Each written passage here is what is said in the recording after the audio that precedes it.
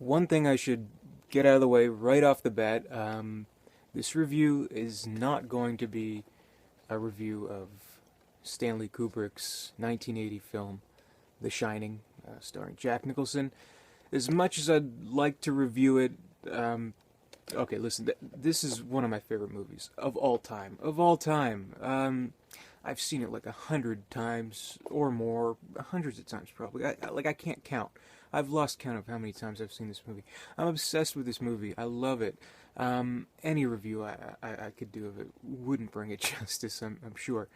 But what I am here to review today is the 1997 miniseries, produced, written by Stephen King, also The Shining, adapted from his novel. This one I know exactly how many times I've watched. I've watched it twice now. One around either when it first came on TV or when they repeated it maybe a year or two later. I didn't really like it when I watched it the very first time. This is 10 years ago, so I was much younger than I am now, and less wiser, I think. So I thought, I saw it at a used video store for $5, so I thought, nah, maybe I'll give this another shot, see what it has to offer, basically.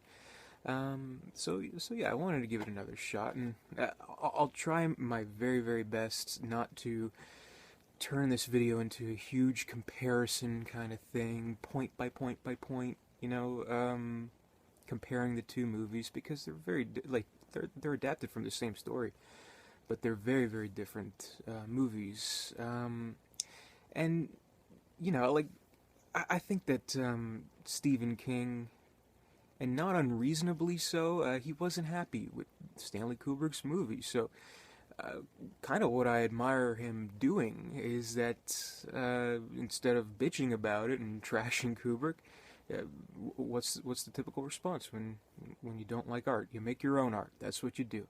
So I admire Stephen King for doing that and creating this miniseries, tackling it very hands-on, and I do understand why, because I'm sure when it comes to something like, I don't know, some other adaptations of other novels of his, I'm sure it doesn't matter too much to him what the adaptation of Cujo or Christine or Thinner or anything like that. I'm sure that doesn't matter too much to him. But the thing about The Shining and the book The Shining is that it's a very, very personal kind of story to him about his own personal struggles with alcoholism. So I can see why, if it was really bugging him, why he'd want to come back to readapting essentially his own novel. And this is a very old version I have here. This is a 1978 paperback. Smells like it's from 1978. Wow. Smells like cocaine and sweat. It's really bad, but it's probably what Stephen King's apartment smelled like back then, so it's all good. Anyway, the movie itself, it is a mini-series, so kind of he has had success with mini-series in the past, I know for sure. The Stand, one of the all-time best miniseries ever produced, really. And the thing is, it's that if that were a movie, if that were a 2-hour movie, 2.5-hour movie tops, it couldn't cover as much ground as the novel does, I guess. So making it this, I think it's 6 hours in total, the Stand miniseries. It's in 4 parts, so 90 minutes each. Yeah, I don't know, math is hard, but pretty much, I think it's about 6 hours or so. But I think he kind of took that as like a reference point, in that if it worked as well as it did for The Stand, then in theory it should be able to work for The Shining. Being able to do this miniseries, being able to take the time that you need to tell the story, made sense to me. Or, makes sense to me, made sense to him, whatever.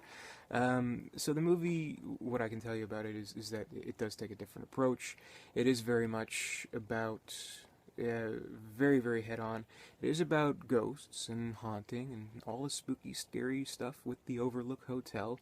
But it is also about Jack Torrance's own struggles with alcoholism. And, I think the really smart thing about the story is that how it does find the relation between the two, and how a very literal type of haunting with ghosts can coincide with figurative type of haunting in alcoholism. So I think it's an interesting enough story from its own concept alone. So the execution itself for the miniseries had to be tackled with a lot of delicacy, I guess, because the novel is definitely it's a larger novel. I mean, it's a couple of hundred pages. What is it? Yeah, it's about 400 or so.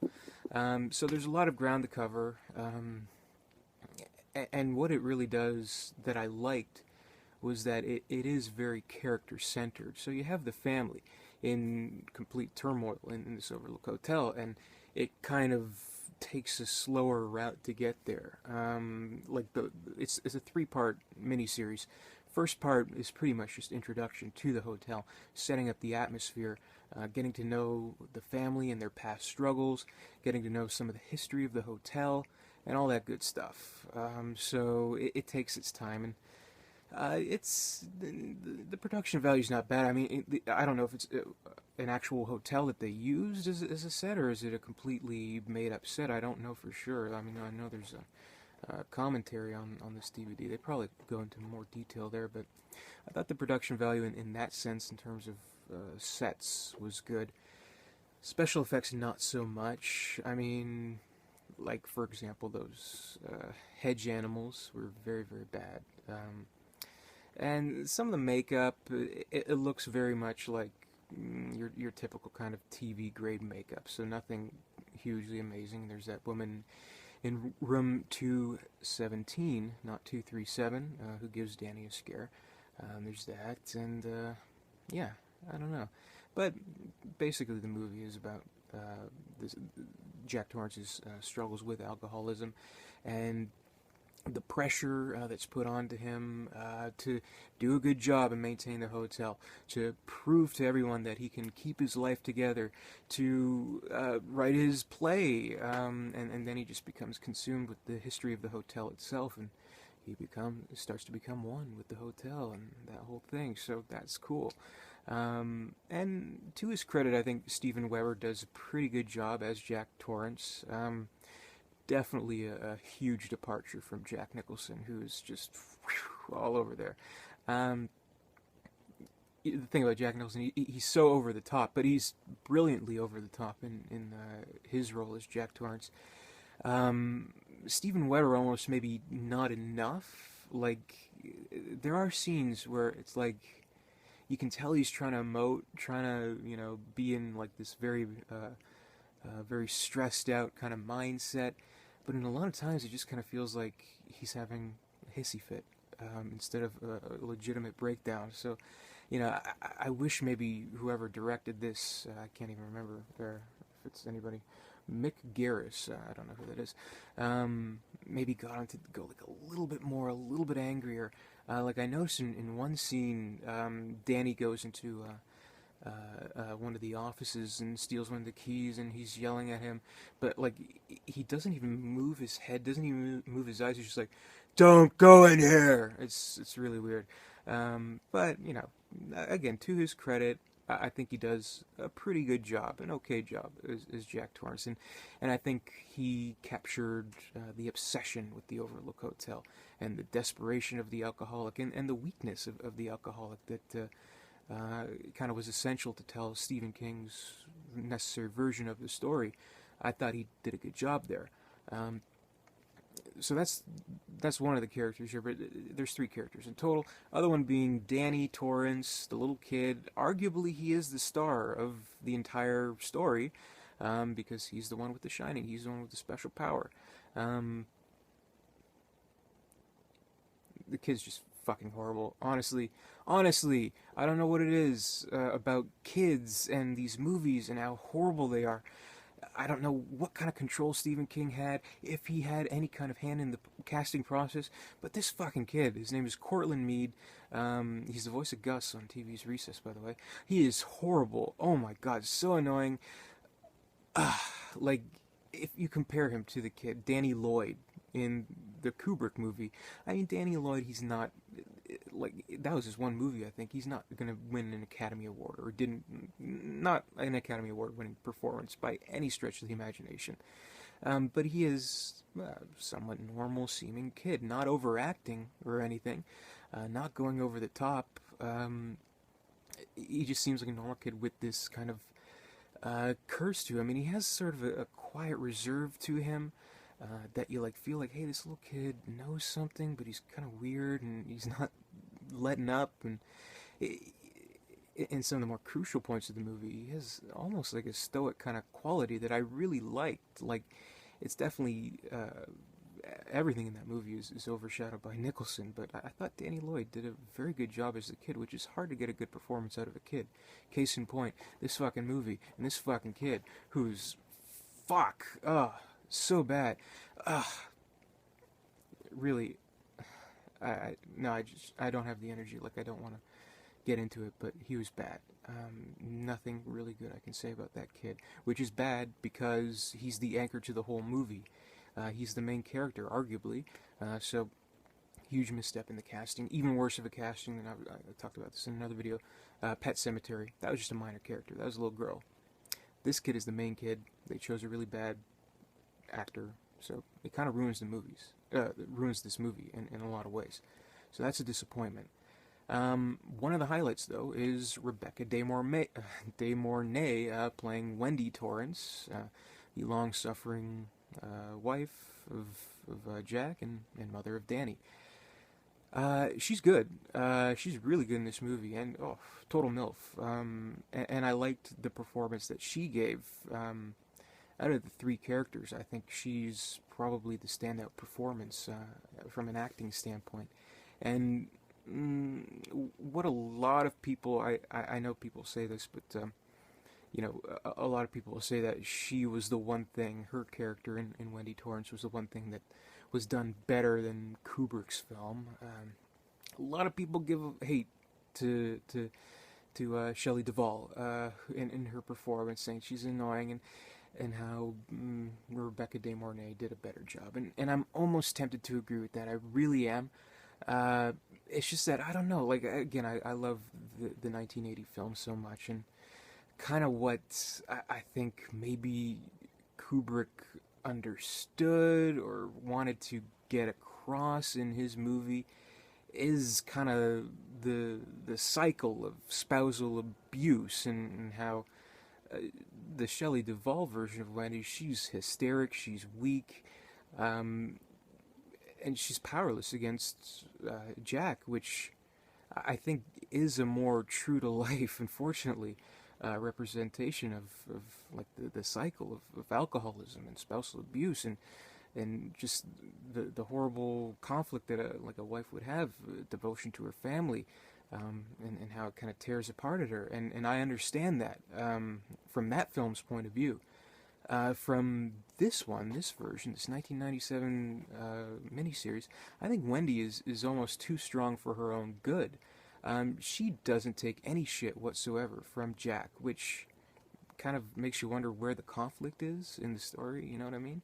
And in that sense, like I mentioned, Steven Weber portrays Jack's weakness, almost too much weakness, because he doesn't really pose a threat at the end of it all. And yeah, I can tell you right off the bat, again, I'm not trying to do a point-by-point comparison, but yeah, I'll tell you, a fucking axe is a lot more threatening than a croquet mallet. But that's how it was in the novel. But when he's running around with that croquet mallet, it's not a threat, because Wendy has too much power in this movie. That's what I kind of think, but maybe it's just me. On the whole, I think this miniseries, it does bring an interesting new lens to the story that originated in the novel. What it does, in some senses, better, like it does give you more history to the hotel, and the hotel is kind of more of a character. Kubrick's film, much more cerebral, much more of a kind of it's playful in the way it kind of makes you think, is this reality, is this not reality, you know what I mean? This one, it's more straightforward, it's ghosts. And I think by the end of it all, some of the false scares aren't that good, like, a door will shut, and like a fire hose comes to life, those stupid hedge animals, and one thing I'll say, okay, like, it gets so schmaltzy by the end of it all. Um, like, one thing about, again, I'm sorry, I'm comparing them. I can't help it. Um, the Kubrick film, Jack goes nuts, he dies. That's it. This movie, it tries to find his redemption, which is somewhat important, I guess. Or maybe not. Maybe it's a little too much. Maybe they lay it on a little too thick. In that, oh, I love you, son. Oh, I can't believe I'm doing this. Oh, I'm gonna sacrifice myself to save the day and ultimately redeem myself and my soul. And I don't know, it's kind of cheesy. And at the very end, it shows Danny growing up and graduating, and you see his ghost come up and say, oh, I'm so proud of you, son. Like, I don't know. It's pretty stupid. And by the way, that ending, I mean, that wasn't how the book ended. I'm pretty sure. It's been a while since I've read it, but I'm pretty sure. It doesn't seem to mix in with what has been presented with the sequel of the book, which is Doctor Sleep. I'm barely into this book. I've just started it, but yeah. If you've read this book or even started to read it, the ending to this miniseries in no way makes any sense with the beginning of that book. But anyway, I think they accomplished what they could with this miniseries, especially the restrictions at the time.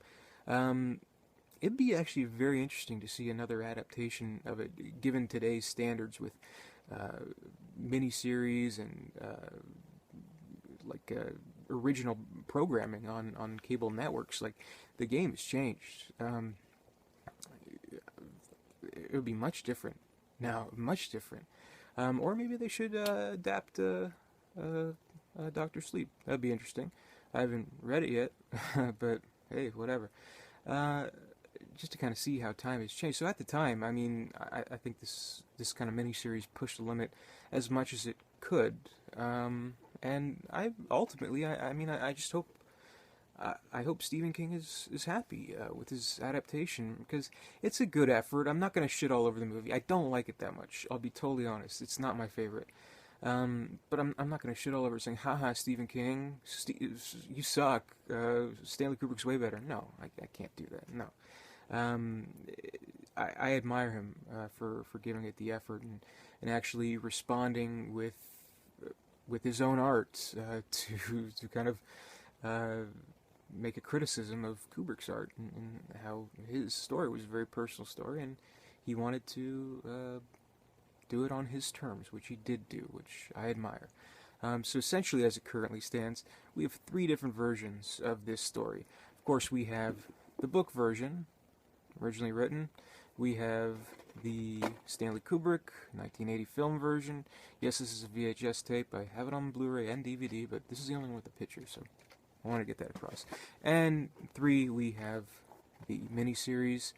I did mention this in my Pet Cemetery review, and how usually 9 out of 10 times the book is always better. But not always so. In this case, if you want to make me choose which story of the 3 mediums, the book, miniseries, movie, I like the movie the best. Again, I'm biased. It's one of my favorite movies of all time. I love it. I'm obsessed by it. But I think it did a better job in telling a story. I don't know. But they're 3 very different versions, so it's nice to kind of compare and contrast them. Maybe they'll make another one for maybe theatrical, maybe for a miniseries, or maybe they'll adapt Doctor Sleep. Who knows? Yeah, that's pretty much my review of The Shining. So thank you very much for watching.